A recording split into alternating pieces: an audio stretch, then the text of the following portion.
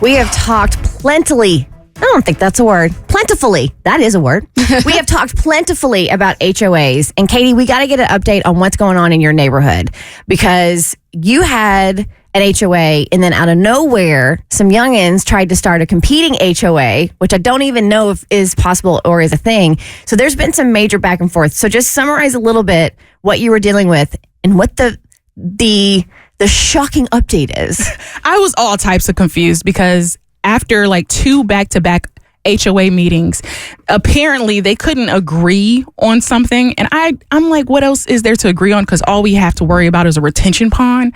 But whatever it was, is that it was such a heated debate in the HOA meeting that the younger crew in the neighborhood decided they wanted to branch off and create their own HOA. But then it was a matter of, well, where do our HOA dues go to? Are we sending it to the new HOA or the old HOA? And then there was letters going back and forth, like, don't send it to them. We'll take legal action, blah, blah, blah, blah, blah. And I was just so confused.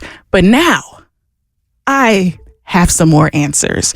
So after another one of my neighbors who I think is attempted to start the new HOA group. By the way, has there been any meetings since any of this? And have you attended any meetings? Or are you just getting this all from neighborhood goss? No meetings. I'm getting this from the neighborhood goss and the letters that have been sent to my house. Gotcha. So between those two things, I'm trying to piece together what is going on. So that's why I was very surprised when a neighbor came to my door. And I'm like, oh, it's the HOA stuff again. But this time I was like, you know what? I'm going to answer the door. I have time today. And we need an update. So thank you. Yeah. And I need an update, of course. So I answered the door and it's my neighbor who I went to school with.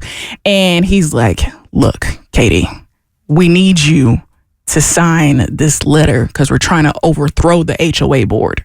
Oh, now there's a mutiny in the neighborhood? Now they're trying to overthrow the HOA board. So I'm like, wait. Before you try to overthrow this HOA board, what is going on? Because last I heard, you all were trying to split off and do a second HOA group. He's like, nope, we're not going to do that anymore. We printed out a copy of the bylaws and we're trying to do everything by the bylaws now. And he has the handbook with him as well. And he breaks down what's really been going on.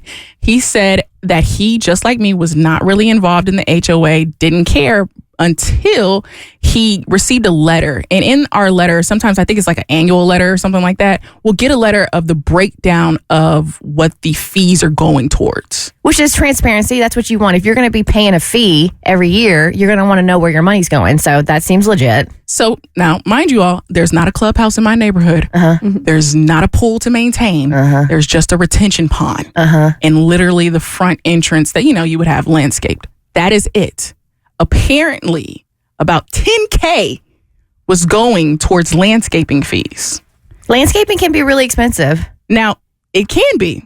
But here's the thing. There's not much to cut in the front of the yard. Like in the front entrance, there's not much to maintain. Okay. So he's like, when he saw that, he thought that something was weird because why is all those fees going towards that? And then at the same time, during that time, nothing was going towards fixing the fence for the retention pond. Okay. So he's like, the retention pond looks a mess and you're spending like thousands and overpaying for landscaping fees. So that's when he got involved, and everyone at the last meeting apparently wanted the HOA board to do an audit. And the HOA board's like, hey, we did an internal audit. We're good. And everyone's like, no. We need an external one. We need an external one. So that's where the battle started. The current HOA board does not want to do an external audit. They refuse to try to get an external audit. And 2 of the board members resigned because of this back and forth. And so in the external audit is essentially just like, show us the receipts. Yes. Like, show us the receipts from the landscaping company and how much y'all spent last year on landscaping. Yes. So he's like, that raises a flag. You don't want to do an external audit. And then on top of that, at the last meeting, they decided they want to raise our HOA fees and try to have a vote on it after the disagreement and after half of the people walked out the meeting. Gotcha. So he's like, there's sketchy stuff going down. So right now, they're at a point where like, we're going to overthrow y'all. Y'all need to do an external audit. You're spending all these thousands just for landscaping. It is crazy. And I'm like, is it? And yeah. No, it is. As the people say on social media, I did a thing yesterday that very well could get me in trouble. But hey, it's for the benefit of the listeners, okay? Abby, do you have any idea what I did yesterday? No, I mean, I heard you do some teases for this segment, so I'm trying to put the pieces together. And all I heard you say was something about her stomach. So I really hope we don't have to like take shots of hot sauce or something. No, that's actually a different bit. It's the last Different bit. Okay, never mind. That's for the last segment of the show What today. did you do yesterday? Okay, so you woke up, you came here, you drank a lot of coffee. Did. Maybe you had a little bit of a nervous breakdown because of the coffee and the caffeine, and you just got back on your meds, but then it was all right. Then we got back and we did the show, and then maybe you did yoga after the show, and then maybe you picked up Jimmy from school, and then maybe you watched 1923 with Bart, and then you went to bed. I mean, you got quite a few of those, right? But you're missing one important aspect. Mo. None of those would be a surprise. That's pretty much KK in a bag. I don't have a clue. I have absolutely no idea. So there's going to be a video that gets posted at the end of the show because I don't want to give everything away out the gate. But here is the first part of the video that I made yesterday. Hi, it's Kristin. Only reason why I'm saying that here is because I intend on using this audio on the air tomorrow. I am sitting out front of Bert's house. Hollis's truck is right in front of me because Bert and Hollis are in Costa Rica on his winter break trip, having the time of their lives. And I love that for them. Love it. Am I also a little jealous? Yes. Did you see the video of them and all those dolphins? Incredible. So I'm in charge of the show this week, and we are running a little low on content. So I decided I could kill 4 breaks by coming over to Bert's house. I have acquired the code to get in. I have access to his home. So while he's out, I'm going to grab some stuff that you guys can win on the air today. So let's go shopping in Bert's house. You guys, we're about to play Buy Bert Stuff!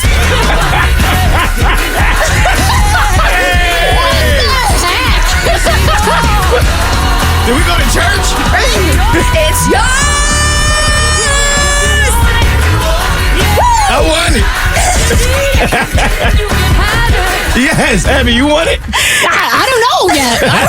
I've been to his house. I might want the house. I don't know about the things in the house. Now, here's the thing. I'm going to give out the phone, 1-855-BERT Show, 855-237-8746. I'm not going to tell you the first item yet. You're just going to call up. I'm going to take my favorite number, my number 4. And this is called Buy Bert Stuff, right? So for 1 penny, for 1 cent, Oh my God. you can buy the first item that I acquired from his house. Oh my God, I don't know what you got. I'm low-key hoping it's a scent diffuser because that is what we get the most questions about Bert's house is his scent diffuser. Don't ask me. I don't remember. It's some hotel collection. You can DM him. It was from Sentiment because I also get many DMs about it as well. All right, so here's a little bit more of me going through the house trying to decide what to select. Hey, Franny. Hi. No, honey. We're not going to give you away, I promise. I wouldn't do that. So that was Franny, the bulldog. She went by the way, worst guard dog in the world. TV was on to keep her company. Okay, I thought you turned it on to keep you company. No. we also leave our TV on for our dogs whenever we're not there. Got it. So TV was on to keep her company. She has somebody coming in and out. Nobody was there at the time when I was there. So she was just in her crate, just sitting there. And I just walked in the house and she didn't budge. She didn't move. She didn't do anything. She's just looking at me like, hey girl, hey, take whatever you want. Now, quick clarification point. You told Franny we're not going to give her away accurate, but this is Buy Bert stuff. Correct. It is. So, 1 penny? We are not selling Franny for 1 cent. Not going to say it didn't cross my mind. All right, so here was the next place I went in his house. Try the garage. Who wants to win a brand new Bronco? I'm just kidding. I did rummage through the garage. Really didn't find anything that I thought would be worthy for somebody to buy for 1 cent. And then I went here. All right, back in the kitchen. He's got plenty of this stuff. Ooh, let's do a NutriBullet. Ladies and gentlemen, the first item you can win that's a or big buy bag. for Buy Bert Stuff is You did the not. Magic Bullet. Oh my God. Oh my God. Doesn't Now- he use that every morning? Yes, he always has that gross protein broth, chocolate, athletic greens, bone broth Peptide, shake. collagen, nastiness. Brown sludge. Ladies and gentlemen, straight from Bert's kitchen, we have the Magic Bullet that you see is kind of got like little spots on it because he doesn't clean anything. And there's spots all over here of his collagen shake, which is disgusting. Yep. And you get the blades are in here. needs to be cleaned before you use it. Okay.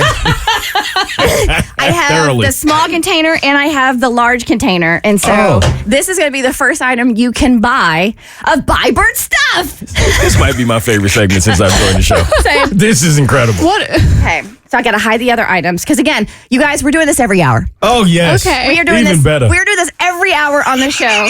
So 1 hour from now, I will be giving away another item from Bert's house. All right. So again, my favorite number is 4. Let's take caller number 4. All right. Is it Vincent or Vicent? I will be giving you Vincent. Vincent. Okay. They left out the N in your name. Sorry, Vincent. All right. Vincent, for 1 penny, would you like to buy Bert's magic bullet? Sure. We have a winner. All right, so Vincent, stay on the line. We're going to get your information, see if you're local, you can pick it up. If not, we'll ship it to you. But yes, sir, congratulations. A more than slightly used magic bullet is going to be heading your way. Congratulations. I'll give it to my stepdaughter. Okay. Oh, perfect. Yay, stepdaughter. Yeah, she wins. She's the real winner. Enjoy All right. your smoothies. Uh-huh. So again, this fun little bag here. In 1 hour, we're going to be giving away another item from Bert's house. Have your pennies ready. You guys hit us up on the regular asking about updates for Bert Show storylines that either we forgot about, which is likely because, we cover a lot of ground on this show. Or, you really want to know, did this thing get tied up in a bow or did it just completely implode? And so our follow-up Thursday for today, she was hesitant about marrying her fiance who was almost $100K in debt. But we need to find out if she went through with the wedding or not. Mo, what were some of the other details? So last year, our listener reached out seeking advice about her upcoming wedding. She discovered that her fiance, who she's been with over 7 years, by the way, has significant debt, almost $100,000 worth. She attempted to help him by paying off $2,000 of his credit card debt, but she still had major concerns about the other debt she would take on once they were officially married. So she considered getting a prenup, which we agreed would be best, but ultimately was hesitant about even going through with the marriage. So what did she decide to do in the end? Here's the update. It says, Dear Bert Show, I wrote to you last year about my hesitation in getting married due to my fiance's student debt from another email address. At the time, I was struggling with whether I should move forward with the wedding despite my concerns about our financial future. Now, just 1 month before our wedding, I've discovered something even more devastating. My fiance has gambled away all of his savings and has been lying to me about his finances for the last 4 months. Oh, no. Yikes. I'm completely shocked, heartbroken, and disappointed. A month before the wedding, you find that out? To make matters more complicated, my bridal shower is next week. It's a combined wedding shower with his mom and family attending. I am completely shocked, heartbroken, and disappointed. To make matters more complicated, my bridal shower is next week, and it's a combined wedding shower with his mom and family attending. My mom and sisters have all spent this time putting this party together for us. I feel awful knowing that our wedding guests have already purchased their flights and hotel stays for the wedding. But deep down, I don't know if I should go through with it. I hear all these stories about people who called off their weddings and go on to find the loves of their lives. Could this be a sign that I need to do this? I feel trapped between the guilt of calling everything off, vendors and venue, and everything has been paid, and the fear of making a huge mistake by walking down the aisle. I do have a prenup in place, FYI. What should I do? Please help. I need advice now more than ever. Hoping to hear from you all, but especially Kristin, Tommy, Cassie, Bert, those who have been married and can offer a marriage lens. Also love Mo and Abby, would appreciate their insights as well. Thanks for including us. With a heavy heart, a torn and conflicted bride-to-be. No, you don't get married.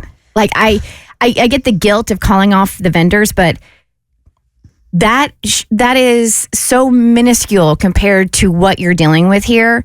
And it's not that he gambled away all of the savings. It's that he lied and hid it from you. Mm-hmm. Like that I think is the biggest offense. Don't get me wrong. Gambling away all of his savings is a huge offense. And you can't in 1 month walk down the aisle towards a man that you can't trust. I don't care how many people you have to disappoint. You should, I just feel like either you guys need to work on some stuff and he needs to get his S together and then you move forward with the wedding, or you call off and realize, I don't even know who this person is. Yeah, this would be a no-brainer for me. I'm calling off the wedding. Yeah. I wouldn't even think twice about it. I mean, gambling away the debt is going to be a problem. The fact that he kept it from you is a problem. The fact that he decided to tell you right before the wedding is a problem. It's way too many problems to go into a marriage this way. I get being concerned about everybody else, but honestly, that's on him. You didn't do it. I don't even feel like you have to carry the guilt about that. So for me, this would be a complete no-brainer. I'm walking away. You've got to remember the wedding is a right now problem. Like, it's going to suck right now. It's going to suck for the next year. It's going to suck for the next 2 years. But if you marry this man, it is a 5 years from now problem. It is a 10 years from now problem. It might be a rest of your life problem. So choose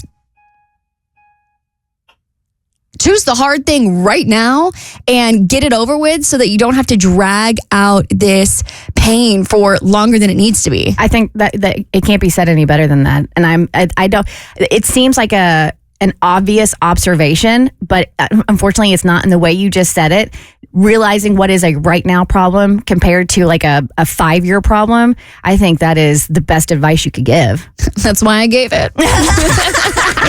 That's why I said what I said. That's why it was said. Look, the single non-married woman sweeping in with the best advice for the woman about doing. She's like, don't do it, B, don't do it. That's how I feel every time I feel like I've got to say no or move on from a guy. I'm like, this sucks right now to reject somebody, but it's a right now problem. But if I stay in this relationship, then it's going to be a 1 year from now problem. All right, our intern Lamario, he's been doing a deep dive into his family history, and it's been super eye-opening for you. What have you been finding out? I've been finding out quite a lot. Yeah. So I was just hanging out watching TV. I forgot what the show is called. I think it's like Roots or like investigating your roots. It's like a GPB show or something. They have celebrities come on and they go back in their family lineage, right? Yeah. Okay. I was catching that, and it was super cool. So I was like, let me see what I can find out. And I put my family lineage or family name on Ancestry.com and started to go down a rabbit hole. And one of the coolest things I found out, my great grandfather actually volunteered during the Civil War and fought with the Union. Really? So yeah, when the Union soldiers were coming through Cobb County, I guess during like Battle of Kennesaw and stuff like that, he actually volunteered and joined the Union troops. So that would have been wild if he came in here and said he fought for the Confederacy. I would be like, dude, what the hell? That's one hell of a backstory. That needs to be an even deeper dive. What's going on out here? But no, that's super cool that he fought for the Union. Yeah, I found that out. I've also found out another grandfather on my sister's side of the family. She actually, or her grandfather actually played for the Atlanta Black Crackers. Really? So it was tell me about the. Wait, what just happened? I don't even feel comfortable. What is y'all just saying casually? I'm like, I don't feel as a white woman feel comfortable repeating it, but I'm gonna let you do it, Lamario. I got you. I'll take over this segment for you. Let me guide you, Mo. Let me guide you. So, in the wacky history of United States, we've been through a couple exploitative things, and one of those things were the Negro Leagues. So, you had the MLB, of course, yeah, I know the Negro League. Jackie Robinson, who also came from the Negro Leagues, was called up. But yes, there were a lot of other excellent players that were in the Negro Leagues that just didn't get the opportunity or the chance to be called up. And actually, I'm related to one of them. Othello Chico Robinson is actually related to my sister. Grandfather, he was. And what was the name of the team again? The Atlanta Black Crackers. That was the name of the starting team. Player for the Atlanta Black Crackers. I never knew that was a team. I was today years old. Wow. Okay. Amber, one of the people who work up here, she actually has the ABC logo on one of her hoodies or one of her jackets. So yeah, we actually talked about it, and it's crazy. The ABC, and there were some other crazy names that I can't think of off the cuff. But yeah, the ABC was one of the crazy names I've come across. It's like if you check out the Atlanta Braves Museum, which I believe should be at the stadium because it was at Truist, so I'm assuming it's also it was at Turner Field, so I'm assuming it's at Truist. They have like a section for. Yeah. They actually have a section for the Negro Leagues. Yeah, Negro League section. What else did I find out? I mean, that's enough right there. That's so because what made you decide? Hey, I want to investigate this. The combination of just watching the TV show and then telling friends about it, and then like I had a friend who literally was like, slavery was like 300-400 years ago, man. And I'm like, it was not. Nah, my brother. Like we literally like a hop, skip, and a jump away from it. Like, you know? And so we got into the conversation, and I started naming some pivotal points and things that have happened, like talk about Jim Crow and things that were just ended like in the 50s, 60s and stuff like that. So just that conversation led to me being curious, looking things up. I followed my name to my grandfather's name, got the name changed, found out that we were pivotal in Cobb County's history, like Davenport is the surname for us. And actually we started a black town in Cobb County. We had the first black church in Cobb County. Wow. Nice. So found out a lot of super interesting stuff. And now I just feel like kind of in tune with history. Like now I'm hearing things and I'm like, So you're gonna I wonder keep what going. my grandfather was. Yeah.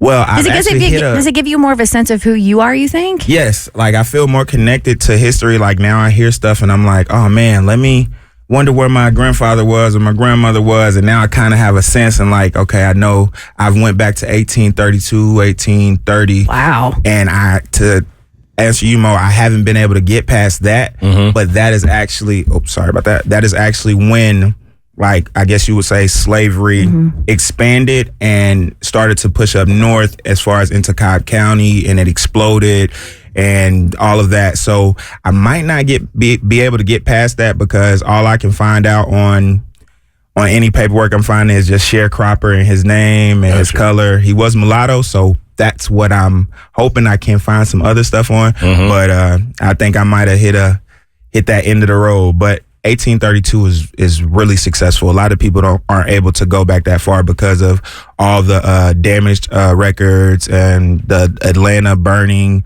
the Capitol burning that happened, and other things that happened over time. So yeah, I'm super happy that I got back that far. Would you guys ever want to do that? Like do a deep dive into your family history and lineage?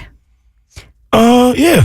I would. I'm actually, as I'm sitting here listening to Lamario, I'm like kind of getting interest in doing it myself because I know it's something that my grandmother has always talked to me about in my life, but I never took the time to actually do it. But yeah, I think you just inspired me. I would. I actually did this when I went to Ireland last year because I have an Irish lineage because my last name's Murphy. And so I did like a whole sit down thing with a woman who like went through. And it's funny because I went to Ireland to find my dad's side of the family with all the Irish roots, and they couldn't find anything on his side of the family. So we had to do that afterwards. And then they found a ton of stuff about my dad's mom's side of the family. And we found out that her family lineage is in like a book called Prominent Southern Families, Volume 3 or something like that. And then I was like, you know what? I'm not going to look deeper than that. I'm going to stop there. I have a book about Klingshirn history, and I've told you all about my famous auntie Kunigunda, and so I feel like I need to do a little more deep dive. Yeah, Kunigunda. They called her Aunt Cooney. Aunt Cooney. I want to know more about Aunt Cooney. I'm gonna bring in a picture of her. Please do. Whew, she was a beast of a woman. she was authoritative. We'll just put it like that. Okay. Tron's just entered the room. Fast pass, y'all. I got the fast pass. Okay, so Tommy's wearing his what is that thing again? Apple Vision Pro. Life changing. Is it? Look, man, can't put his headphones on. Look. It's so awesome. I'm looking at. Were you speaking to the microphone? I'm looking at a screen that is like from our desk, our big desk here in front of the microphones, all the way up into the ceiling. I think Disney warned us about this at some point. There was definitely a Pixar film about this. It's Wall-E? Look, I'm pinching my fingers together and I'm moving them up and down. Don't do that. That's scrolling. Ooh. Can you like delete us? Can you like X us out? I can't even see you, Abby, because you're behind the screen. I can see Mo, I can see Cassie, I can see Kristin off to the peripheral through these glasses, but Abby, you're covered by the screen. But bam, move the screen, there you are. Bam, you're covered up again. Oh, I need those. I know. As much as I rag on Tommy, or we all do for how they look, because you do look like one of the Minions, they are so cool. And he let me try them, and it is an insane experience. Yeah, it's life-changing, really. All right, so the reason why Tommy is in here is because he's going to be reading some of our old diary entries, and we're going to try to guess, and I want you listening to try to guess which diary entry belongs to which Bert Show member. So the inspo came from Carrie Underwood, and she recently shared an old diary entry. And she read it from her Idol days. So this was a diary entry from Carrie Underwood 20 years ago when she was on Idol. I just have to keep in mind that it will all be worth it and the life I've started will be great. Most importantly, I have to remember that this has all been my choice and it's something I've wanted ever since I was a little girl. I know I have some great things ahead of me. Right now, I'm just trying to live in the moment and appreciate it all. I never dreamed that all of this would happen to me. I love it. Now, I don't know if ours are going to be as inspirational. I know mine's not. So, Tommy, I'm going to let you take it away. So, it was myself, Mo, Abby, Cassie. We all gave you a diary entry. You're going to read, and we're going to try to guess who it belongs to. Actually, take me out of it. I didn't give one because I didn't keep a diary as a kid. You didn't? No, I tried once. I have one diary entry from when I was really young, and it says, I will not hold in my poop anymore because I guess I was anal retentive. And then I just kept getting given books to start diaries, and I never did. All right, here we go. First entry from the year of our Lord 2005. OMG, Jesse McCartney was on The Sweet Life of Zach and Cody tonight. I am screaming. He is so cute. I almost fell off the couch. When he sang Beautiful Soul, I thought I was gonna die. Like, why is he so perfect? I want to marry him and live in a big house with a pool and a trampoline and maybe a puppy. I bet he likes puppies. Today on Neopets, I tried to play Mirka Chase, but I kept losing. It is not fair. The red negs are so mean. The who? The red negs. Okay. I know. I underlined that just to make sure. It's short for Neopet eggs.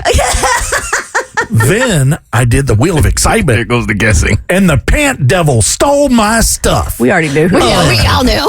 I hate him. Do you have a closet obsession with Jesse McCartney? It could have been possible.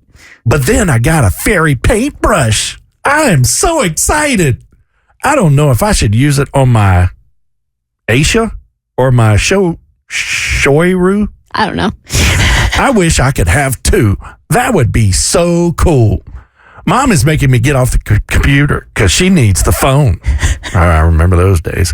Why can't we just have internet all the time? It's so not fair. Ugh. Okay, bye. Well, the tail giveaway was the year, which was 2005. It was Mo. That's easy one. And then the fact that it was a typed diary entry and not handwritten because she needed to get off the computer so Mom could use the phone. So, yeah, that was Abby. I had to find my old Microsoft Word entries. I love that you had to get off the computer so Mom could use the phone, and I guarantee there's half the audience who does not understand that. And it should stay that way for them. They're lucky. Those were the dark ages of the internet. I think all of these are going to be pretty obvious whose they are. Yeah, that dial-up tone was brutal. Oh, it was a bop. Here's diary entry number 2.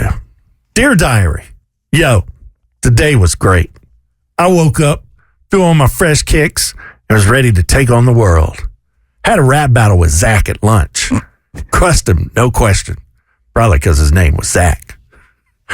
They didn't say that. Or they didn't say that. Oops. Zach is still one of my good friends to this day. My boy. You told me he listens. You told me the rap battle's not about Kristin. Zach's white, right? No, he's not. What? Zach is definitely black. Zach's a black dude? Yeah, his I don't name's know any Zachary. black guy's named Zach. There's no black one Zacks? else. There's a lot of black Zacks. I know a couple. All right, black Zacks, hit me up. I need a black Zack friend. But you just definitely not going to get him. My boys were on fire. He didn't even know what hit him. Laughing, crying emoji. Later, my fam had dinner, and we were all just vibing. My little sister just kept stealing my fries, but I let her slide this time. That's sis, you know. I might have even dropped a freestyle at the table, and my mom was kind of into it. She's low-key my biggest fan. Anyway, tomorrow's going to be even better. Catch you later, diary. I did not have a diary at all ever in my life, but y'all said make one up if we don't. So that was ChatGPT right there. All right, so here's the deal. So Cassie didn't keep a diary. Mo, we could tell that was his made up. Abby, just curious, was that legit or was that made up? Yeah, that was made up. Okay. Well, here, are you ready? this is real. What you're about to hear is me from high school, and this is 1,000 legit. I actually have the handwritten to prove it. Commence, Tommy. Oh, my Lord. Dear Diary, I woke up in a really bad mood today. Every little thing is pissing me off. Is this from yesterday? I was about to say. This is from the year of our Lord 2025. Some things never change. This is probably, if I had to guess, this is either from 95 or 96. Wow. I went in the first hour, and what's the first thing Ryan mentions? First hour. Yeah. Rachel. What is first hour? The first period, like That's your first it. hour. I've never heard it referred to We that had way. hours. I got you. All right. What's the first thing Ryan mentions? Rachel. Ew, Rachel. He Ryan said- was so hot, by the way, and had the most piercing blue eyes, but continue. He said she called him like 20 times asking if he was going to the game. After the game, she called and told him that I gave her dirty looks during the game. She's also upset because we're going to the game together tonight. The first thing that came out of my mouth was that I told him he was probably enjoying all this and he wants to cause trouble and see us fight. I think I made him mad when I said that. He promised that wasn't true. I guess I believe him. The second thing was I asked him if him and her were anything at all because I didn't want to come between them. So He's- I'm so courteous. I'm so thoughtful. Yeah, you had morals. Ooh, he said they kissed, Oh, but they never went out or dated. okay, Sloot. The last thing I said was, if worse comes to worse, I would have to, I think you meant stop. It says stop talking. Yeah, it stopped. Stop talking to him because I didn't want her saying stuff to people or hating me. I can't stand it when people don't like me, and what makes it worse is that she doesn't know one thing about me. Oh. Some things never change. Wow. Is Rachel down the hall? Right. So I read that because, I was going through trying to figure out which one to do. And then when I read that last line, I was like, oh my God, it all started here and it's still going. And this is why I'm in therapy today, because of my people pleasing freaking wow. She's 95. Came up with a fun new game for the show. We're doing it every hour today. I went over to Bert's house. He's out of town, living his best life with his son Hollis on their winter break. They're in Costa Rica, getting all kinds of sun, having fun. And I was like, you know what? He's not there. I'm going to go to his house. I'm going to rummage through his stuff. I'm going to find some stuff. And then I'm going to let the listeners buy Bert stuff. Call up right now. 1-855-BERT SHOW. 855-237-8746. You have no idea what you are about to buy for 1 penny. 1 penny. Every item today is worth 1 cent. I don't know. I saw that NutriBullet. I don't even think that's worth a penny. There's some crusties on there that have probably been there for decades.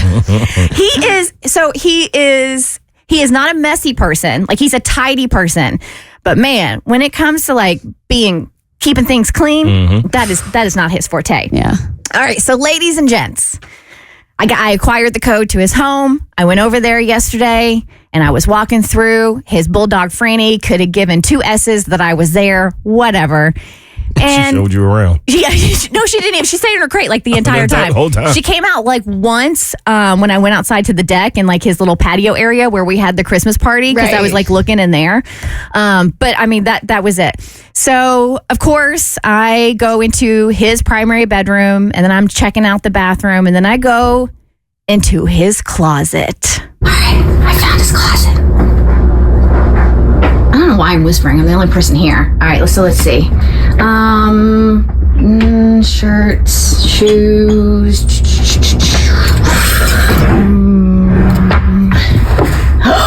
A pair of his underwear. Ladies and gentlemen, No, come on. No. Kristen, no. you can buy No! Okay, these are well loved. No, that is not the Hanes. Do they have any NutriBullet style splatter on them? No, but they have definitely. They've been washed. They're clean. I don't care. Wash them again. Did you sniff them? Do a Absolutely. sniff test. I am not What? sniffing Bert's underwear. Not going to trust it's washed until you sniff it on camera. I know it's washed because you're going to watch. I have a video. I have video evidence of where I went, and it was in his underwear drawer. And I'm sure he's not putting dirty underwear in his underwear Give drawer. me a viral video clip of you sniffing your boss's underwear. What up? Wait. I'm chucked him at my face. I'm going to throw a flag on the play. Yes. What if this was in reverse and this was Bert selling Kristin's underwear? What does that matter? I would be repulsed. I would be livid. As a ally of men. Don't bring me in this now. You have never once looked over here for help. And an ally of a man. Don't start now, Abby. No. I'm just saying. I'm doing better. This is called growth. Look at this. Look at the character growth happening on the show. You're witnessing it firsthand. I don't know. I'm just trying to say, is a little HR complainty? I don't know. It is gross. It is despicable. If a man went into my home and grabbed my underwear, unbeknownst to me, and Bert has no idea I'm doing this because he's in Costa Rica, like I said, living his best life. It's so out of pocket. It's so rude. It's unfathomable. Joke's on you. I don't wear underwear. But we're doing it. The fact that we keep going to church is so weird. You're just throwing his drawers. God is frowning down on us. He's like, I gave y'all all the resources in the world. I put y'all in America, gave y'all college degrees, and this is what y'all are doing. Bert's underwear is blessed, okay? It's the most holy pair of underwear I've ever seen. Hey. Well played. All jokes aside, I think it'd be really funny if we hung it up like it was a flag on the, what is this called, on the camera pole? Yeah. I think we should start a penny bidding war for these. Okay, no. So here we go. The brand is Hanes. They are Where Comfort. do we get them on you? They are Comfort Flex, size medium. Size medium. So here we go. Mo, pick a number between 1 and 8, and that's who has the chance to buy Bert's underwear. Give me lucky number 7. Lucky number 7. We're taking number 7. Mary. Hey. Mother Mary, welcome to the Bert Show. Oh my God. Oh my gosh. Mary, the question is coming to you. Would you like to buy a pair of Bert's lovingly worn underwear for 1 penny? Absolutely, and my husband will love them. Yes! Come on. You can do better for your husband. Mary, don't Mary, no. Mary, no. No, Mary. Be honest, you're selling these on eBay. He knows how much I love y'all. I listen to y'all from Nashville religiously, and he would be honored to wear it. Oh my God. All right, Mary, congratulations for a steal, babe. For a steal for 1 penny. You literally stole them. You have just snagged yourself a pair of Bert's underwear. Thank you for listening from Nashville. We'll be sure to get this underwear in the mail to you today, my love. Awesome. Thank you, guys. You're welcome. I don't know how to feel. Okay. Poor Mary's husband. He's he's the real victim in all of this. He really is. Wearing another man's drawers. So our producer, Rebecca, is ready to make a permanent change to her life and body, but she's got 2 options and she doesn't know which one to choose, and she's going to let us help her decide. Yes. I want to make a really big change because I really want to start living my best life because I got some great news again recently. After battling cancer the last year or 2, I got more clear scans.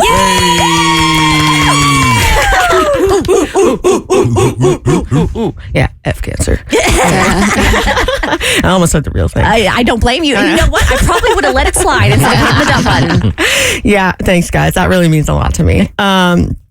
So, to be completely honest, these scans felt very, very big to me. I think that's not surprising, obviously. Well, so you had your first scans and those were clear and we were all ecstatic. How is it getting your second round of clear scans? Like, what does that mean for you as somebody who's gone through this journey to have them clear again? So these ones felt the most important. Really? They felt like they were going to be a big sign about how my future was going to go, because I had a longer time between my first scans and the second ones. I think a lot of people don't know that the first scans I ever got after treatment and surgery, they didn't go very well. So everything changed after that, like my scans became so important, and getting that first clear scan was such a great positive sign, but waiting for that second one, I knew that the results of these scans that I just recently had, I felt like after I got these, I would be able to actually move on with my life and feel like I was okay and that my future was solid. That's what it felt like to me. So that's huge. It's everything. It's so huge. And I'm so grateful. And I'm obviously, I'm so happy that this was the outcome. But to be completely honest, the last month and a half, like, I don't know, 45-ish days, I have been miserable. Just waiting on pins and needles for the results. Anxious wreck. Yeah. Just irritable. I'm not taking care of myself because I'm just waiting. I'm waiting. And it feels like it's like every day of the calendar is just like a step I have to climb to figure out what my life is going to look like. Obviously, it turned out great, and I'm so grateful about that. But it made me realize after these past clear scans, I don't want to live like this anymore. I can't keep living scan to scan because it's going to be 5 years, you know, and they'll get longer and longer. And I have faith now that they will stay clear. But I cannot do this to myself anymore where I am just going month to month. And as they get closer, I am not letting myself live because I've been through a fortunately pretty unique situation. Not a lot of people battle cancer in their 30s, which is obviously very fortunate. I wish that I want to make this a positive thing in my life because I feel like out of anyone, I feel like I should be able to wake up every morning and be so grateful and not take life for granted because I've been through something where my life could have been taken away from me. And I appreciate everything you're saying, but I feel like that's setting up super high expectations because you're allowed to have a bad day. So I feel like it doesn't have to be like there's a spectrum here. And it doesn't have to be one or the other. I hate what you've gone through for the past 45 days. And that I do love that this is a wake-up call that, like, no, I'm not going to, like, focus on the dread of a scan. I'm going to focus on I'm here and I am healthy right now. And so I'm going to live life to the fullest. But also, I feel like as a cancer survivor, waking up every day and, like, forcing yourself to feel this tremendous gratitude and to, make the most of life every single day. That's a lot of pressure to put on yourself. Like, you can have gratitude every single day, but the pressure of making sure you live every single moment to its nth degree, I feel like that's exhausting. You're right. Like, it is. It's a ton of pressure. And this is not uncommon. I've talked to so many survivors who you get clear scans and people think that you should be very happy and overjoyed and just positive. And it's hard to do that. It's hard after treatment and surgery and everything you've been through to just sit there and sort of start processing the feelings because now you don't have anything to do. Now you just have to feel the feelings. And that's really hard to do. But my problem is I have a very hard time being positive. I'm actually not a very positive person. I'm pretty cynical. We've heard your dark jokes on the air before. There's a reason me and you are friends. I would have never guessed that. I'm very cynical. I'm very pessimistic. I have a very hard time being optimistic. I feel very grateful that I have friends and families who are so optimistic and rally around me. But it's not even that I want to wake up and force myself to be positive. I just can't keep living like this. Honestly, I'm not living my best life. I'm not taking care of myself. And I want to stop taking things for granted because I know now how precious life is. And I want to move forward with that fixed mindset where I feel the joy in everyday life because I know what can be taken from you. Good for you. Which is why I want to treat my body like a fifth grader's composition notebook and draw all over it. Oh, we talking tattoos? Yes. We're talking tattoos and piercings. Oh my gosh. Okay. So I have two things that I have always really, really wanted to get, and I've kind of been hesitant because I think objectively my taste is a little unique. Some of the things I like are not liked by the general population, but it's my personal style. Like, the platform Crocs, the green hair, like I have things that I enjoy. And these two things, some people might consider them ugly, and I'm at peace with that. But I wanted to put it up to a vote because that's fun and see what Bert Show fam and you guys think I should do because I'm going to do one of these things. It's a tattoo and a piercing. And the first one is a tattoo of this guy. Oh my God, what is that? That looks like my boob. I was about to say, why does it look like Tommy with his shirt off? Hey, yo! Sorry, that was I'm sorry. Oh my God. Take it back. Take it back. You gotta post it now. I will. This is the radish spirit from Spirited Away.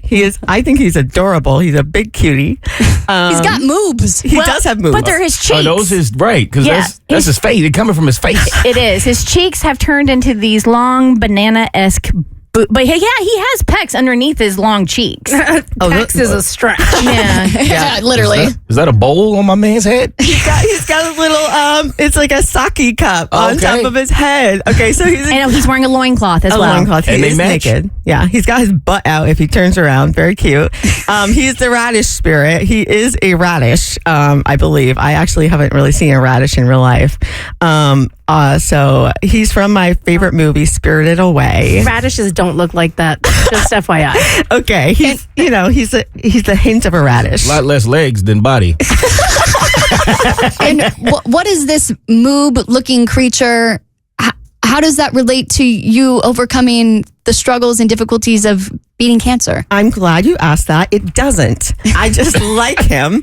He's very cute, but so in the movie, he has a brief cameo where he protects the main character, Chihiro, and escorts her up an elevator. He doesn't talk. He only growls, and he's extreme. I just think he's so cute. Well, I understand wanting to get a tattoo because you don't want everything in your life to revolve around cancer. Of course not. And so you wouldn't want to get a permanent tattoo, if you don't of something that's just completely unrelated.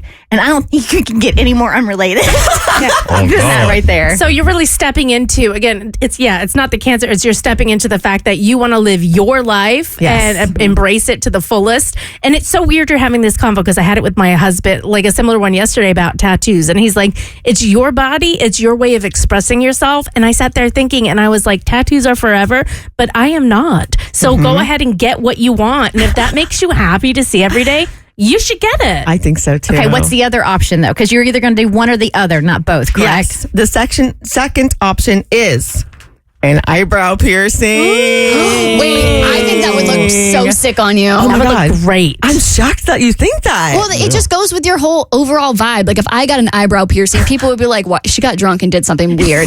This would fit with your vibe. If you got an eyebrow piercing, I would pull you inside and be like, "What are you going through?" A lot, Kristin. The meds aren't working. Okay, awesome. Well, I put up a poll at thebertshow.com/choices, so I'd love to see your vote. Please don't vote for the moob man. I love the moob man. Let her get a piercing. I have a feeling this is a really bad idea, and nobody's going to really be with me on it. But I'm going to put it out there anyway. I love a good bad idea though. Yes, I'm here for it.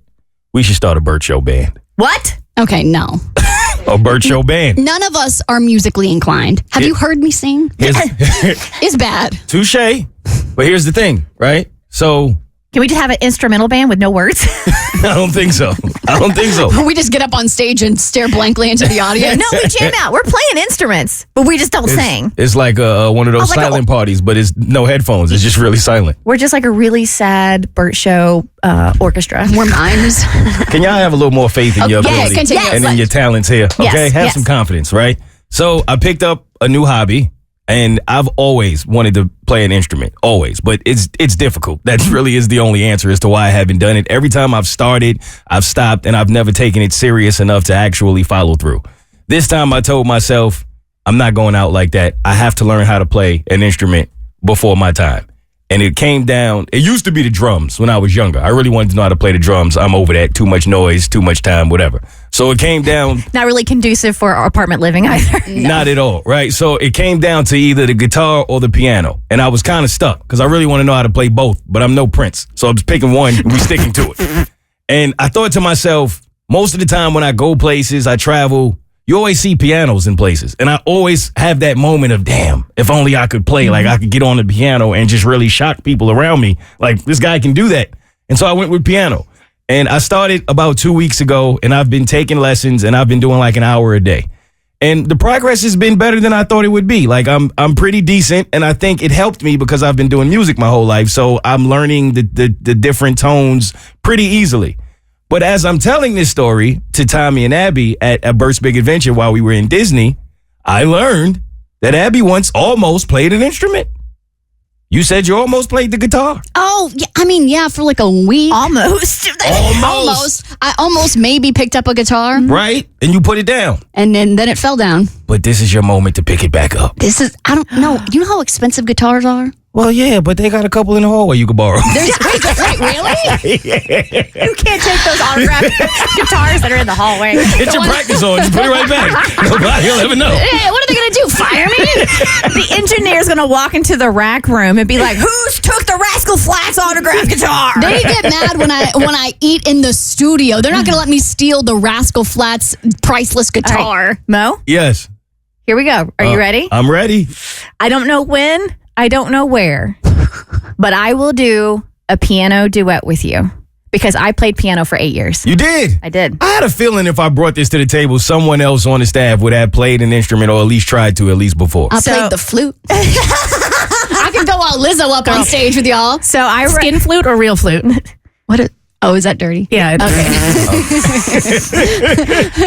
Yeah, no, I played the real flute in band 6th, 7th, and 8th grade. Thank you very much. That 1000% counts. That's right. So I remember in third grade, I started my piano lessons. Mrs. LeMaster lived on our street. She lived a couple houses down. So I would walk down to her house and do piano lessons every single week. And I did that from third grade all the way to my sophomore year of high school when I finally had to quit because I liked basketball more. Really? That's a long time. Do you still remember? Like the keys, the placements, and all? You do? Yeah. That's something you don't forget. Like, you put some sheet music in front of me, and as long as it's like, not advanced, if it's like Twinkle, Twinkle, Little Star. Beginner or intermediate. You're on my sunshine. That's where I'm at right now. I can knock it out for you easy. And then my recital pieces, I still remember my recital pieces, and I could, because you had to memorize those. You weren't allowed to have sheet music to play your recital pieces. But if you are serious about this, because with the inspiration of the dueling pianos that we had at our Bert's Big Adventure dinner that one night, if you and I want to get on stage and tickle the ivories together, I will 1000% do it. Let's do this. I'm serious, and I wasn't going to say anything because I like to normally keep things to myself. I don't know if I'm going to follow through, but no, I'm going to follow through with this. I'm so serious. I played the piano for my best friend's wedding. You did? What? Yeah. She asked me, so for her to walk down the aisle and then walk out and then some music. Yeah, no. So, and I did that, and I was so nerve-wracking. And I didn't have a piano at my house, Abby, so what you have to do is I went to a music store and brought headphones and had to sit there with one of those Casio pianos to sit there and practice and play to learn how to play the music. No. If you want a singer, I will help you, and I'll help write songs because I used to write songs when I was back in my Just Us, my girl group back in the day. Okay, really? Taylor Swift. We would do little performances and write songs and sing our own songs. See, this is the energy I was looking for. So, okay, I will tap into this energy because I just don't know if we were going to ever do a public performance, if I could ever learn guitar that quickly. However, I think I could get up on stage, shake some ass, and a tambourine. That works. Could I be your background dancer and your tambourine player? Absolutely. Okay, so fun fact, You also played the tambourine? No, I don't. You I tried. But there's a warning that comes with playing the tambourine. So I was in Napa on a press junket for Cougar Town. So there's like Courtney Cox and all the stars of Cougar Town in this like really, really fancy barn at a winery. And there's a band. And my friend Kennedy, who is on the radio in Boston, has a beautiful voice. So the band let her get up there and she was singing. So I got up there and grabbed the tambourine. And again, we have been wine tasting all day. So we were just S-faced. And I had that tambourine and I was just banging it on my hip and my ass. And we were just like, we were jamming out. I had the biggest bruise on my hip and on my butt from where I banged myself with the tambourine so hard. So all I'm saying is, if you do tambourine, which I highly encourage you do, just don't mar yourself. Get some hip pads or something. You got to put you in a full football uniform. All right, so we got tambourine, we got pianos, we got a songwriter. Mikey, what do you got? I play guitar. Let's go! Like 12 years or something. So. 12 years? Yeah, a long time. This is what I'm talking about. We should start a Bert Show band. It's coming together. No, listen, I love you. I don't have the time to commit to actually forming a band, but I will do a performance with you. One night band. It's the one night only band. All right, in case you missed it, all morning long, we've been playing a little game called Buy Bert Stuff. He's been out this week, and I just came up with this idea. And I went over to his house yesterday, and this is what happened. Hi, it's Kristin. Only reason why I'm saying that here is because I intend on using this audio on the air tomorrow. I am sitting out front of Bert's house. Hollis's truck is right in front of me because Bert and Hollis are in Costa Rica on his winter break trip, having the time of their lives. And I love that for them. Love it. Am I also a little jealous? Yes. Did you see the video of them and all those dolphins? Incredible. So I'm in charge of the show this week, and we are running a little low on content. So I decided I could kill 4 breaks by coming over to Bert's house. I have acquired the code to get in. I have access to his home. So while he's out, I'm going to grab some stuff that you guys can win on the air today. So let's go shopping in Bert's house. Time for another round of Buy Bert Stuff!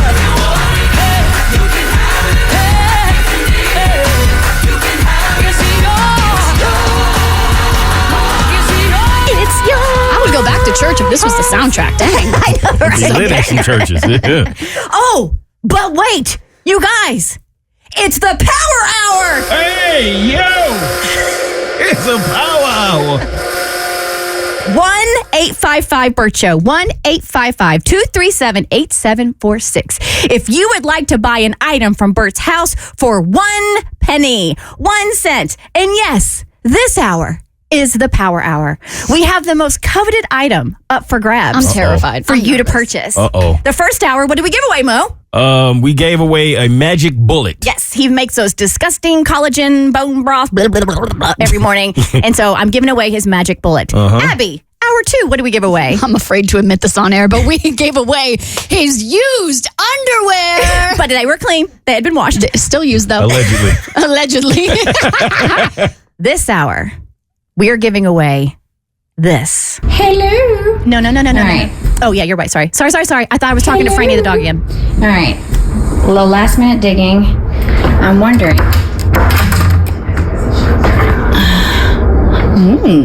Me rummaging through his cabinets. Hello, sir. Let's see. What's in here? Going through another cabinet in his living room. My nails won't let me. Oh. Looking at bottles of wine.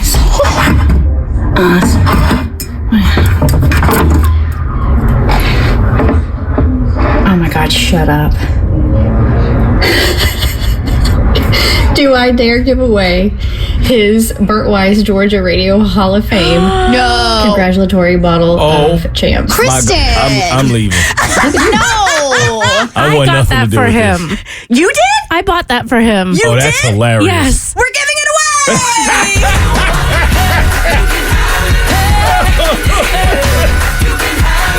Won't he do it?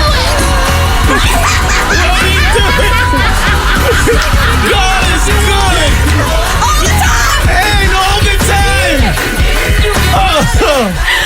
I kind of want that. Ladies and gentlemen, Wait, can we open it? Mimosas. I got a penny on it. up for grabs. I found in his cabinet. This is a congratulatory bottle of champagne, and it has engraved on it, "Congratulations, Bert Weiss, Georgia Radio Hall of Fame 2020." And it's got like silver filigree. I don't Yes. like a silver metal base. It's not real silver, y'all. Yeah. Metal base and then like a metal decoration on it too.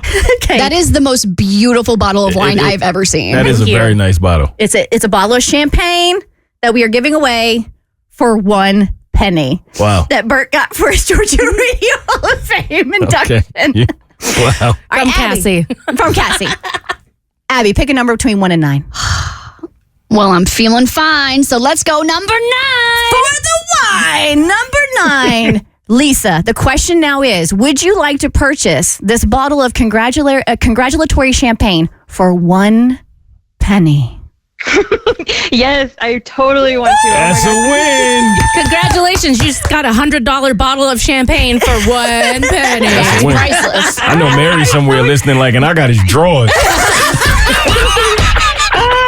This is great. I can use it. I'm hosting brunch this weekend, so I can use it for my birthday. I got mimosas. It's perfect. All right, so Lisa, make sure you stay on the line, and we will be sending you this wine. You can learn from anywhere, from anybody. And according to Therapy Jeff on Instagram, monogamous couples can actually learn a thing or two from poly couples, right, Abby? Yeah, I actually got this sent to me by a dedicated Bert Show listener, Charles. And I've seen this guy talk about relationships constantly on my For You page. So when I saw that he sent me this from Therapy Jeff, I was like, oh, I love this guy. So he actually talked about how there are 3 non-monogamy skills that if you are in a monogamous relationship, these are things you can learn from people in poly relationships, which I think is so interesting. I think if you're a serial monogamous, if you've never really stepped outside the monogamous box, you can go, oh, that's just not for me. I personally could never. But turns out there are 3 things we can learn from them. 3 non-monogamy skills that can strengthen your monogamous relationship. 1, be honest about your desires, even the bad ones. So basically, people in polyamorous relationships have to be more upfront and more communicative and more vocal about the things that they want out of relationships. Because if you're dealing with multiple people, it's almost like you got to be a business manager in your own relationship. So there are certain rules that maybe you need to set. Maybe there's certain boundaries you need to set before you get into the relationship. You've got to set the parameters so that people have the proper expectations in their relationships. Let's hear what else he had to say. Monogamous people love to pretend they're never attracted to anyone else. Meanwhile, poly folks are over here casually discussing crushes over breakfast. If you can admit, yeah, I find other people attractive without your partner spiraling into a jealous rage, congratulations, you're in reality. Talking openly about attraction doesn't mean you're cheating, it means you're human. And the more you can talk about it, the less power it has over you. All right, so Mo, you agree, disagree? I mean, I do think that there is truth in what he's saying as far as if you are capable of speaking to your partner in that way, that you have a healthier relationship than if you can't. But yeah, I have no interest in knowing who my woman is attracted to.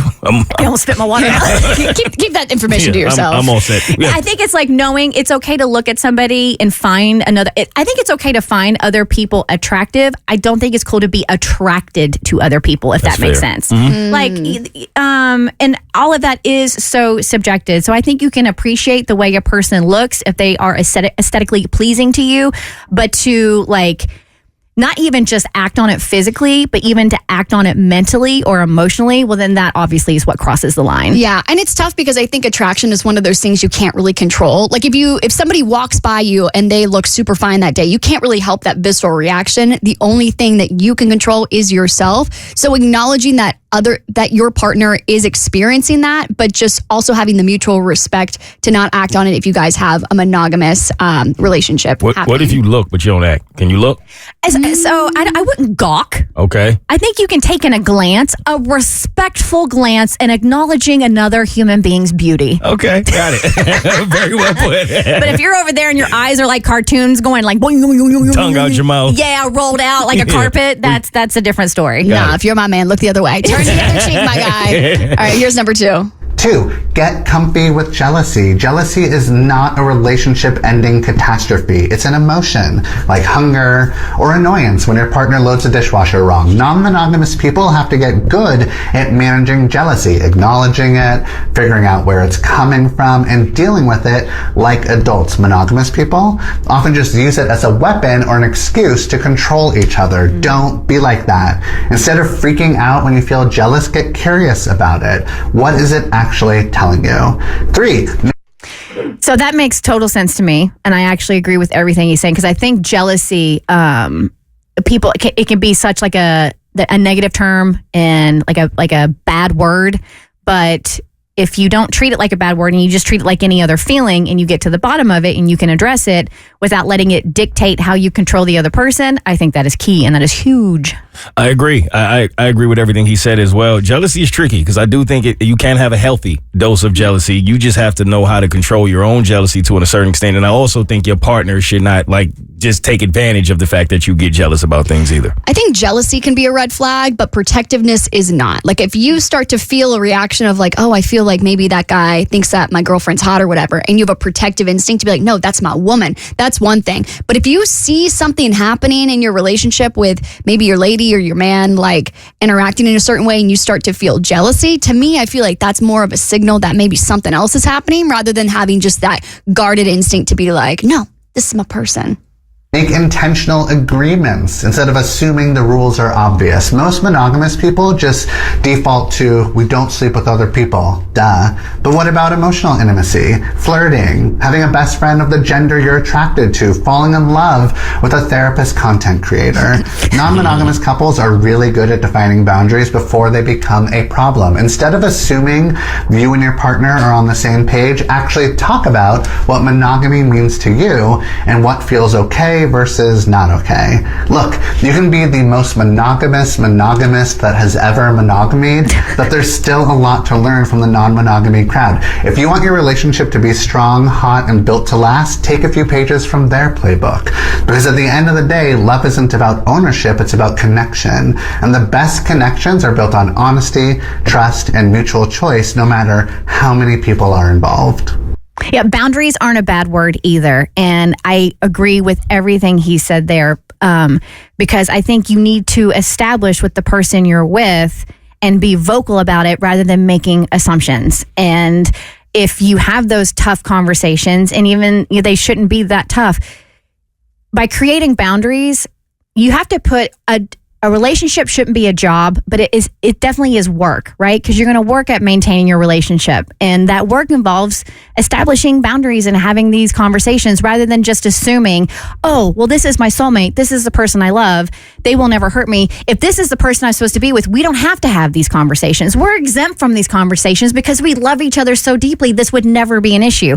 But I don't feel like that's the case for 99% of relationships. Like you need to have these tough or not tough conversations. I agree. You should not run from tough conversations. I try not to assume much of anything in my relationship. That'll save you a lot of arguments, headaches, and things of that nature. I feel like he ultimately said communication is important in being in a relationship. I feel like I can't speak to this because a man won't date me for longer than 3 weeks. But yeah, ditto. Retweet. Ditto, retweet. Go off, King. If you're out in the dating world, sometimes the person that you're in a relationship or situationship with sometimes do things that make you just want to be mean to them. And listen, I'm not going to say that it's just men that do bad things or it's just women that do bad things. It goes both ways. However, my algorithm is tailored to me and making me feel good. And I did see this video pop up on social media from a podcast that I don't know how to say this on the air. It's SHXTS in gigs. So S and Giggles. S and Gigs podcast. This is from that podcast. And they are talking about all of the meanest things that women have said to men before. What's the meanest and cruelest thing you've ever said to a man? I think it's great you don't let your hairline hold you back from approaching women. I think it's great. Bruv. I poured water on a guy's head, a short guy, and said, there, maybe now you'll grow. Now maybe you'll grow. Women do audacious things. They can't conceive consequences. Facts! Everything's la-di-da. Bam! They can't conceptualize consequences. Now, I did read the comments, and one woman said, no. Whatever the man did, what the woman said was the consequences. So we asked the ladies of the Bert Show fam to share, what's the meanest thing you ever said to a man? And we have a Bert Show app. You download the Bert Show app, and there at the bottom right is a microphone, and you can record messages. And so we asked you guys to do this. I'm going to give you a warning right now. This went a little harder than I anticipated. And we're going to hear something. It's shocking, and you can tell she was obviously big mad when she said this. I'm going to preface with, we don't condone violence. The meanest thing I've ever said to a guy, asked him if he had daddy issues. The reason behind it is we had just got done playing piano in the backseat of his car when I had noticed that he did not take off his socks or shoes. The meanest thing I've ever said to a man was, it would have been better if you had just died. I said that to my then husband, now ex-husband. I don't regret it at all. And he still should have just died. It would have been better for everyone. Oh my God. Wow. Wow. Yes. I told you. I gave you the warning. I would love to know what the correlation between shoes and socks on during the deed and daddy issues are, though. I didn't get that one either. I'm going to Google that later. I'm going to email someone about that. You're going to get some very interesting videos. All right. We also asked on social media, Rebecca, any commentary? So I'm starting off with one from me. Oh, again? Oh, no. Again. Girl, last time we did this did not bode well for you. I think this will go over a little better. Okay, so this happened when I was in high school. I had a little bit of a female mustache, which I am coincidentally rocking today because I need a wax. And I had a high school, I don't know if I would call him a bully, but he would always call me Rebecca Mancaster, which is very original because my last name is Lancaster. Top tier stuff from him. I hate it, but it's clever. It is good. All because of your lady stash? All because of my lady stash. Don't you hate it when someone has a burn that's so mean, but it's like so well done that you're like, you know what? 10 points for Gryffindor. It's like, I bet your mustache was better than his. Oh, it was thick and it was there. But yeah, he really shouldn't have bullied me because he was 15 years old with a premature receding hairline. Oh, no. So one day, he said to me, Mancaster, why don't you just go ahead and shave that thing? And I replied back, I don't know. Why don't you put your hat back on, Caillou? You could have shaved it and gave it to him so he could have used it. You could have made a toupee out of it. It's like locks of love, but for this man. All right, go ahead before Rebecca gets into the rest of the comments. I see your face, Mo, and I think I know what you're thinking. Oh, it doesn't bother me. I just be sitting back enjoying the double standard in it all. Thank you. Yeah, it's completely a double standard. Because there's no way we could do what's the meanest thing a man ever said to a woman. Absolutely not. We came in here body shaming and talking about women's shortcomings and made a break out of it. I don't think it would go the same. I probably would not. But again, it doesn't bother me. I don't have hairline or height issues. But I just recognize the double standard. Do you want to try it? Do you want to share some? Absolutely not. No. No. I wouldn't even allow that to happen. But I saw your face, and I'm sure there are men listening right now that are feeling the exact same way as you. So it was worth addressing for sure. I appreciate it. All right, now let's get to the main comments. All right, here we go. My boyfriend accused me of liking our dog more than I like him. So one day I snapped and replied, "You're right. I do love Bob more than you because Bob isn't an effing idiot." I want to be friends with that person. About 10 years out of high school, I ran into a guy who introduced himself and said, "You probably don't remember me." I responded with, "I remember you. I just never liked you." Oh. I felt bad about it later. I told an ex that his receding hairline made him look like Pennywise the dancing clown. Oh, God. That's so mean. I had to explain something to a male coworker who kept asking the dumbest questions about a super simple task. So I finally said, "I have neither the time nor the crayons to explain that to you." He eventually got it. I told a guy who insulted me over a dating app, "You give off the vibe of someone who lives entirely on chicken tenders and buttered spaghetti." I like that one. That is my child's diet. Say that about Mikey. Yeah. And finally, in kindergarten, I had a boy who constantly bullied me. I don't remember this, but my mom remembers me once telling him, "This is why your mom put you up for adoption." Oh my God. A kindergartner said that? Yep. Damn. Brutal. They learned that one at home. Yesterday, did I reach out to an anonymous source to secure the code into Bert's home? Yes, I did. Yesterday, after the show, did I drive over to Bert's house to use said code to enter his house? Yes, I did. Did I pet his dog, Franny? Yes, I did. Did I search through the home to find items to give away / have our listeners buy for $1 today because we needed content? He's been in Costa Rica living his best life this past week. Yes, I did. Here's another round of Buy Bert Stuff. You can have it. You can have it.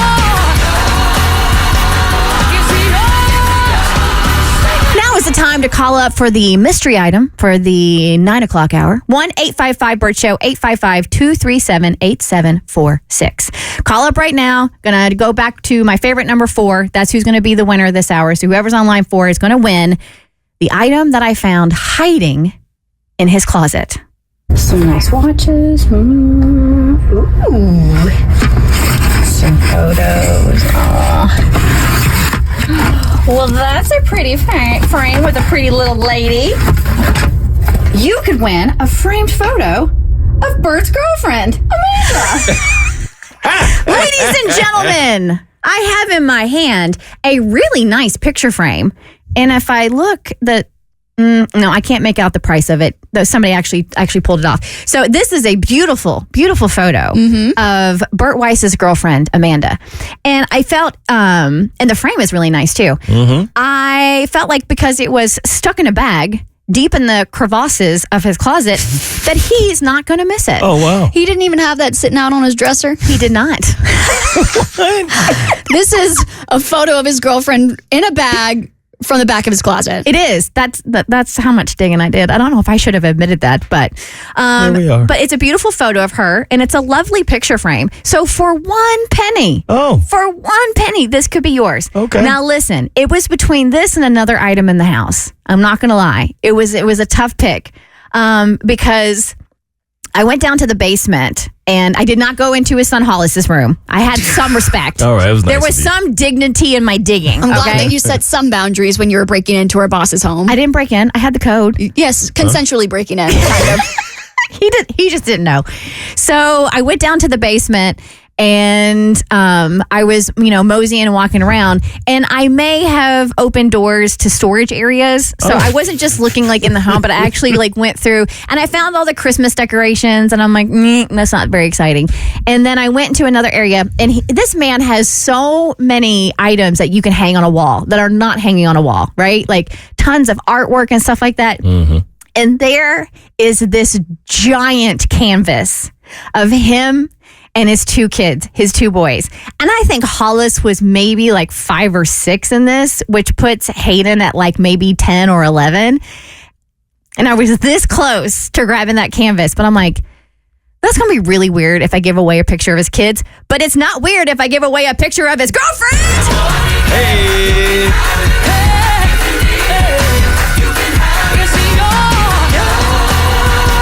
And sure, can you go to her Instagram and get the same selfie? But yes, but it's not the one that Bert Weiss would be physically gazing at lovingly when thinking about his girlfriend in his home. How much stuff does he have? Because I want to do this every day. Oh my God, dude, there is so much stuff. Let's do his house next. Right? And I'm not going to lie, as I was looking through his kitchen and his cabinets, and I chose, so we gave away the magic bullet in the first hour, which is a blender, by the way. Thank you for clarifying that. And then we gave away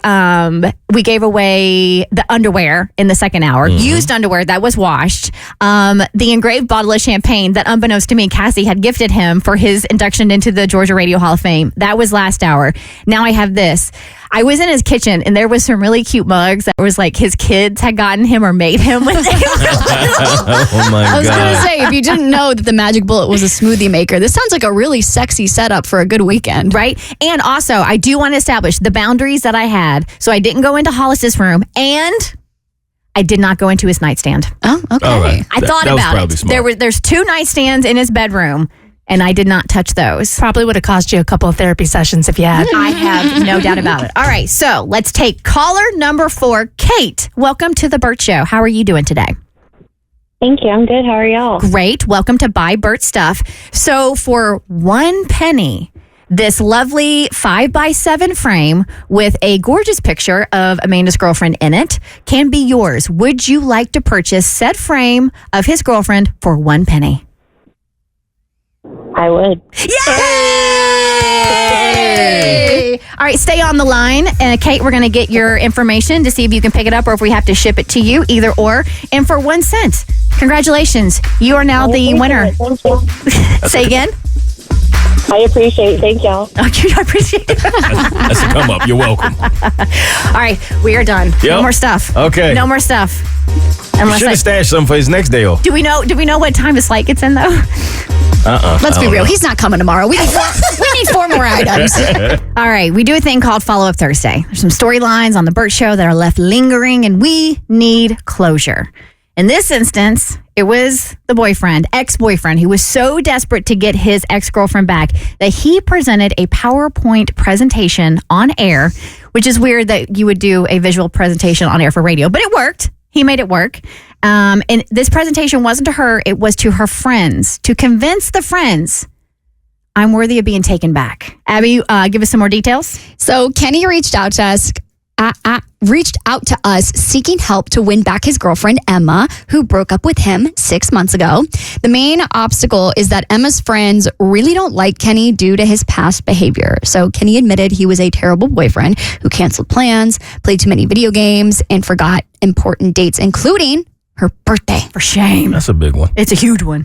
But Kenny was on a mission to win his ex-girlfriend back, so he prepared a PowerPoint presentation to convince Emma's friends that he's changed. His presentation outlined his mistakes, like his selfishness, flakiness, lack of appreciation, and the changes he's made, like therapy, better listening, time management, and his plan moving forward.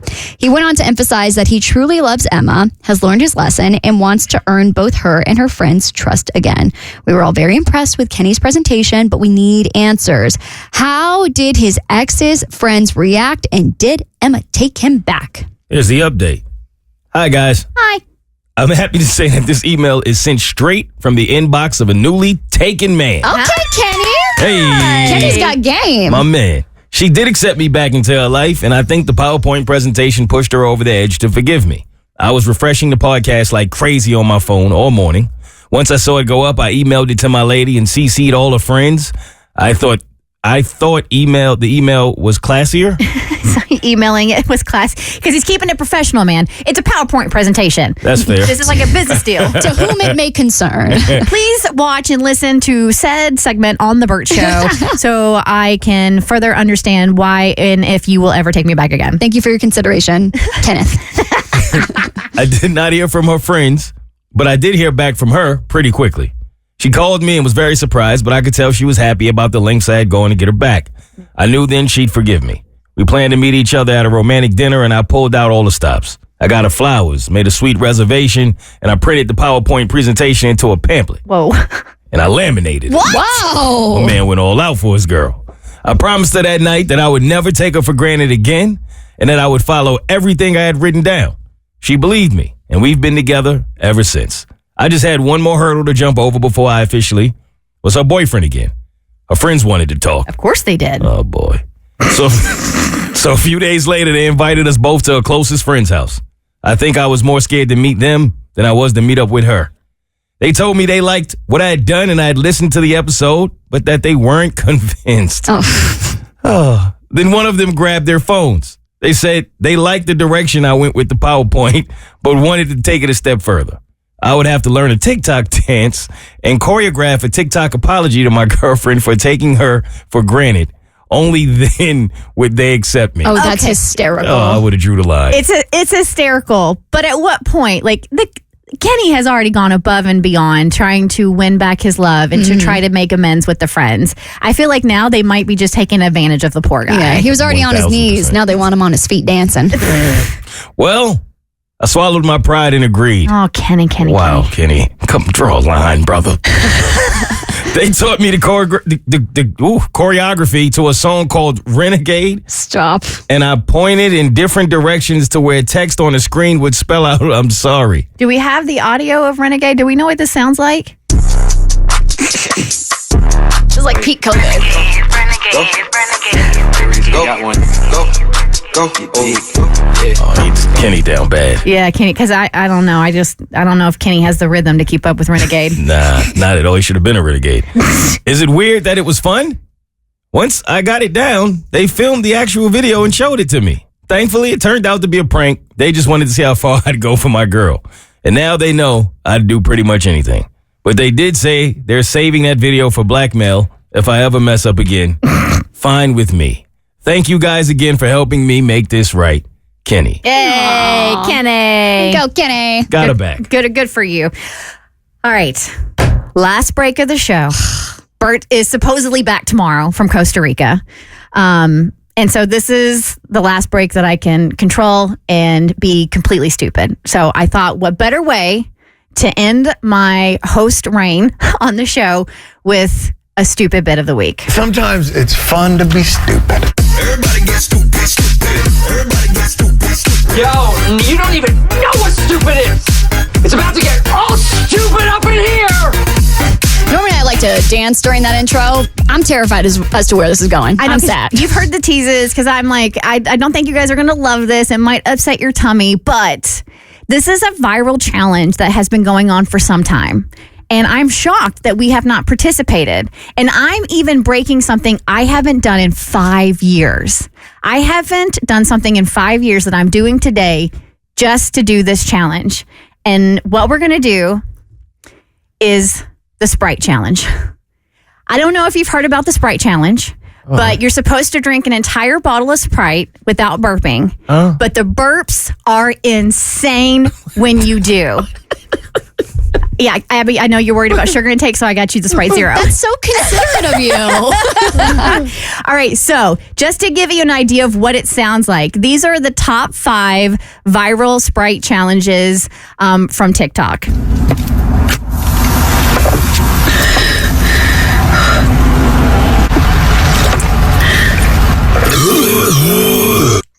Was that a human? Facts. What was that?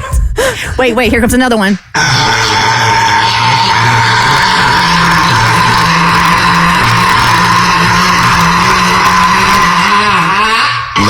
That's it. That's a demon. Nah, they're possessed. That came out the other end. Yeah, Hold up. which end did that come out of? They were laughing while they were doing it.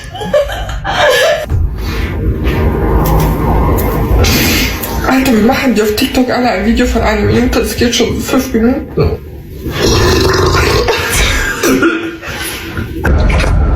I can't do it. My tummy hurt.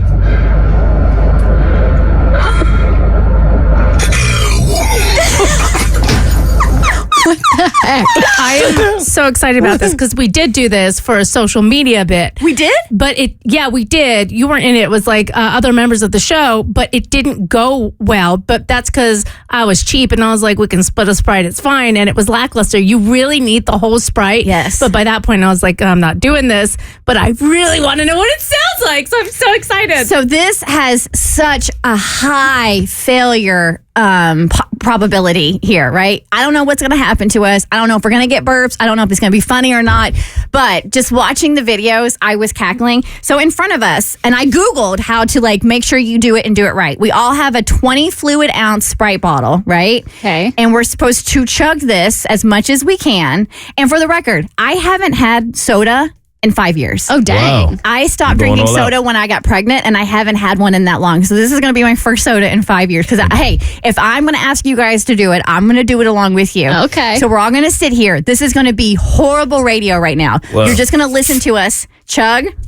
Appreciate you putting them in the fridge. I didn't Thank know you. Sprite was so clear. Yeah. I feel like the last time I drank Sprite, it was in like a green bottle. I cannot remember the last time I drank a Sprite. And it's so good. So we're going to do this. So everybody, just go ahead and just start chugging. Okay.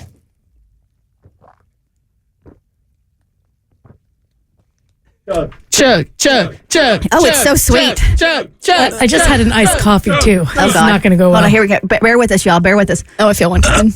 Oh, That's a lot of soda.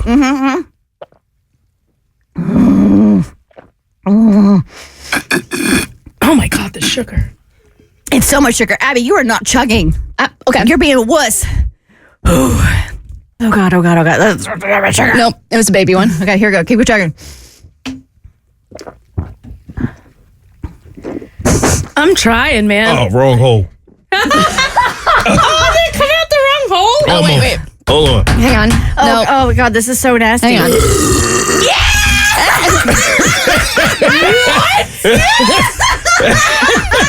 We need to clip all the burps and have Bert guess who did what. Oh, God. Okay, wait, hang on. I think I might throw up. Oh, wait, hang on. Nope. Oh, shoot. How do people chug this in one go? I don't know. Hang on.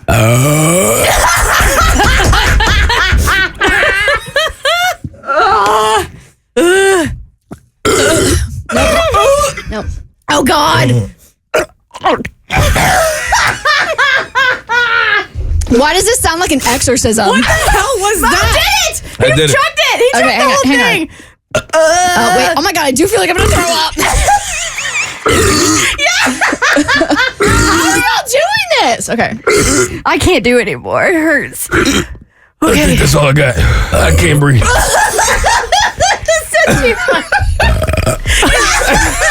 Oh, I'm gonna vom. Wow. Well, I think you took the cake on that one. Yep, I finally won some. I just feel like gagging. Oh, God. Cheers. Oh, you did it too? Cheers. Yeah. Look at Abby. No sugar. My eyes are watering from chugging Sprite. How lame am I? Oh, God. We got paid for that. Bye. The Bert Show.